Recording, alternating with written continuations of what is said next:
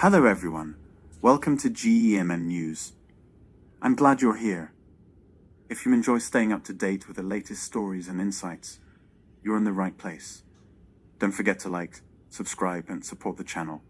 It means a lot and helps our community grow. Against humanity. Security forces killed hundreds of people during a student-led uprising in July and August last year.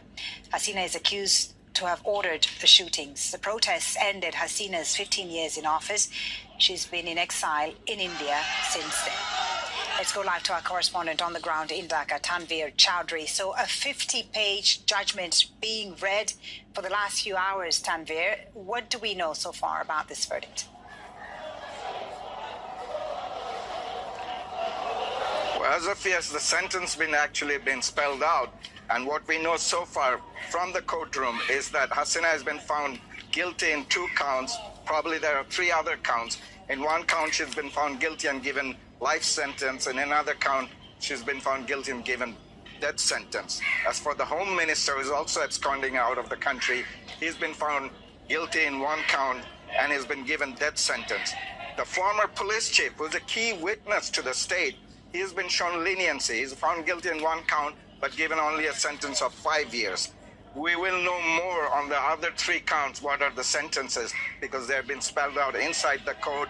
We're getting ready for the chief prosecutor to address the press here very shortly, and the attorney general in the other gate, he's going to address the press shortly and make the formal announcement of the sentencing. So as of yet, the sentencing has been spelled out in the courtroom. We don't know full details, but she has been found at least guilty in 2 counts. 1 is death sentence and 1 is life sentence. So this is a remarkable day in Bangladesh. It's on the edge. The country is tense. There's heavy security everywhere, and people are anxious to know the full details of this verdict. Indeed, and just to recap for our viewers, this is a 450-page judgment that's being read out in court today. And as you said, there are already some verdicts in on 2 counts. Sheikh Hasina, the former prime minister, sentenced to a life sentence, and then on another count, she's been sentenced to death, and we'll know the full details when this is read out officially. Talk to us about the mood in the country ahead of this verdict being announced and the reactions we've heard so far, on these early decisions for Sheikh Hasina. Well, we haven't been outside yet, but it's been very tense. There's very little traffic in the city. People are glued to the TV because it's been live telecasted, the proceeding. And there's been some trouble and disturbance across the country. Her supporters been out in streets, vandalizing vehicle in certain parts. People have been arrested. Even those against her were actually having a clash with the police in other part of the city because they wanted to destroy a property belonging to Sheikh Hasina in the suburban area, but the police stopped them, and that led to the clash. There's heavy security presence across the country, particularly in key point installation.